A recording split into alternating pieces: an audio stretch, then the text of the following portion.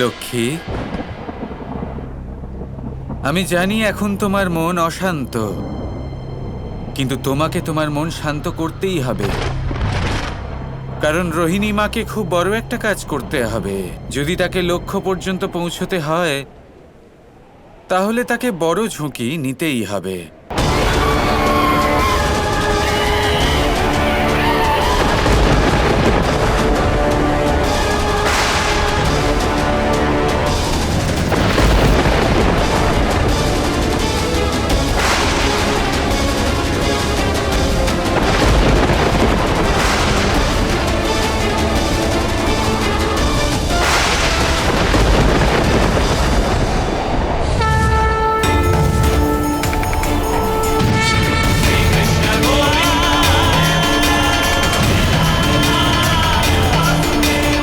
আগুন লেগেছে, আগুন লেগেছে, পালাও, আগুন লেগেছে।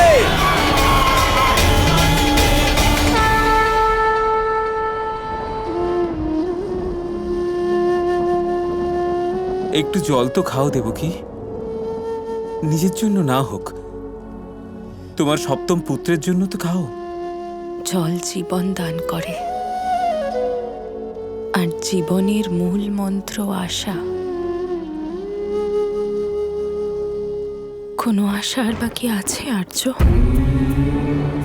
এক এক করে আমার 6 পুত্র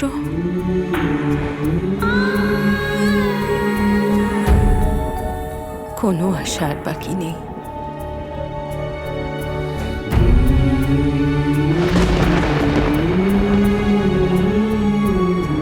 কখনো কখনো স্বপ্ন দেখি যে হঠাৎ বাইরে থেকে কেউ আসবে আর বাঁচার আশা দেখাবে।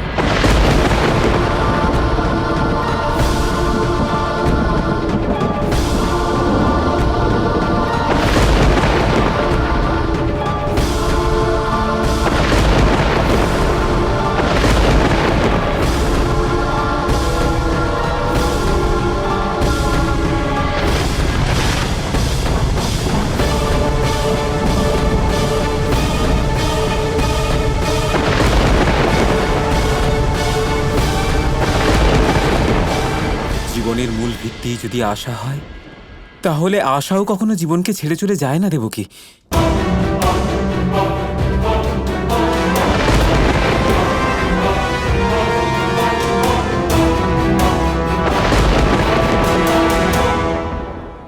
নারায়ণ যদি চান, তাহলে সব ঠিক হয়ে যাবে।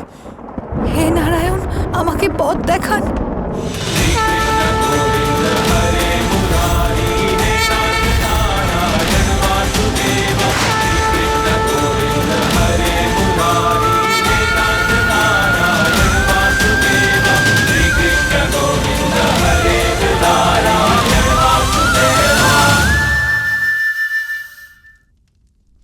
দেবকী,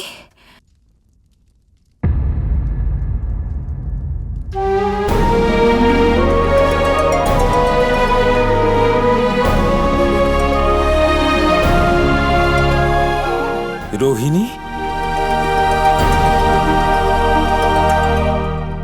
তুমি ভিতরে কি করে এলে? পরিবারে একমাত্র তুমিই তো সুরক্ষিত ছিলে। তুমি এখানে এসে কেন নিজের প্রাণের ঝুঁকি নিলে রোহিণী? রোহিণী, তোমায় এখানে আসতে কেউ দেখে ফেলেনি তো? না দেবকী, আমাকে আসার সময় কেউ দেখেনি। আর তোমাকে দেখার জন্য আমি যে কোনো ঝুঁকি নিতে রাজি।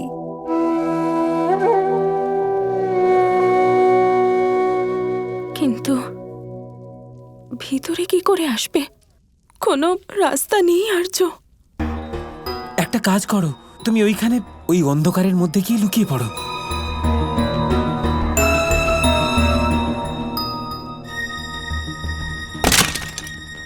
আরে ভাই, কেউ আছেন? কি হয়েছে? ভাই, অন্ধকারে আমার হাত থেকে জলের পাত্রটা পড়ে ভেঙে গেল।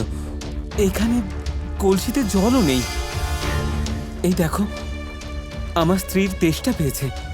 একটু জল পাওয়া যেত যদি ভাই, খুব ভালো হতো। ঠিক আছে, নিয়ে আসছি।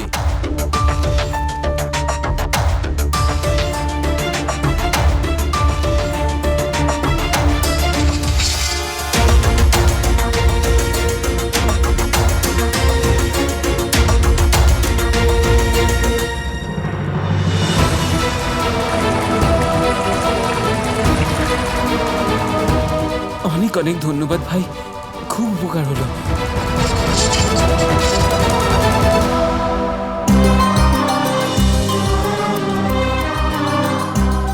রোহিণী, দেবকী,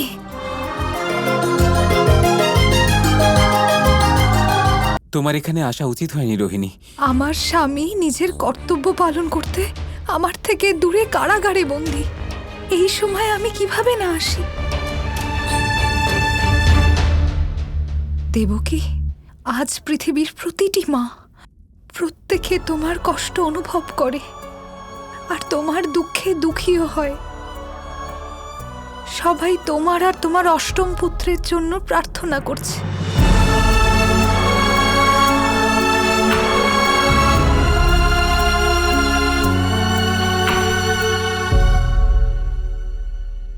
তুমি জানো দেবকী, এখানে আসার আগে আমি যশোদার কাছে গেছিলাম। নন্দরানী যশোদা কেমন আছে ও? সন্তান হারা আমাদের পরিবার হয়েছে, আর ও এতটা আহত যেন বারবার কোলশূন্য ওর হয়েছে। আর আজ এমন মনে হচ্ছে যেন ওর নিজের সন্তানের চেয়ে তোমার অষ্টম পুত্রের জন্য অধিক চিন্তিত।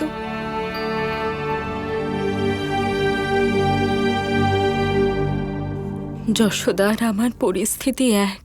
আমরা শুধু স্বপ্নই দেখতে পারি, কিন্তু কিছু করতে পারি না। অসহায় আমরা।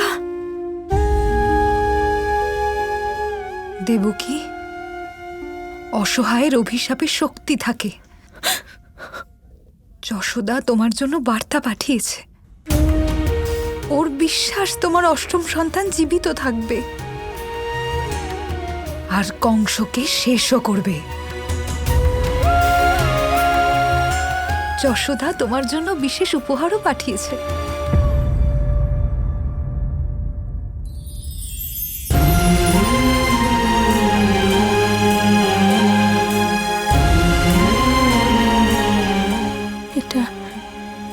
এটা কি? এই হলুদ বস্ত্র যশোদা নিজের হাতে ওর নিজ পুত্রের জন্য বানিয়েছিল। ওর দৃঢ় বিশ্বাস, যদি তোমার অষ্টম সন্তানের জন্মের পর এই বস্ত্র তাকে পরিধান করানো হয়, তবে এটা কবচের কাজ করবে। রোহিণী, যে কোনো মায়ের কাছে তার প্রত্যেক সন্তান একই সমান হয়। তাহলে আমি এই পীতাম্বর কেন আমার সপ্তম সন্তানকে পড়াতে পারি না? আগে আমি ওকে কেন বাঁচাতে পারি না? ওর ব্যাপারে কেন ভাবতে পারি না?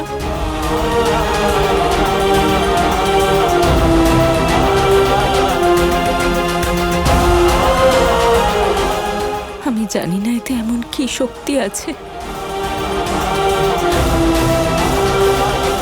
যদি যশোদা এত বিশ্বাসের সাথে পাঠিয়ে থাকে, তাহলে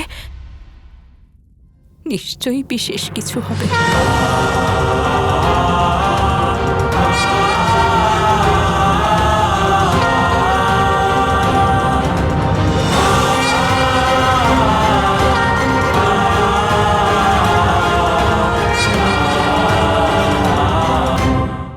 দয়া করো দাদা, আমার 6 সন্তানকে হত্যা করেছো তুমি। আমার সপ্তম সন্তানকে বেঁচে থাকতে দাও। দয়া করো আমার উপর। তথাস্তু, কথা দিলাম বোন, বাঁচবেও।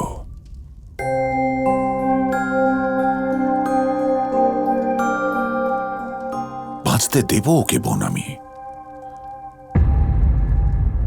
কিন্তু কতক্ষণের জন্য সেই কথা দিলাম না।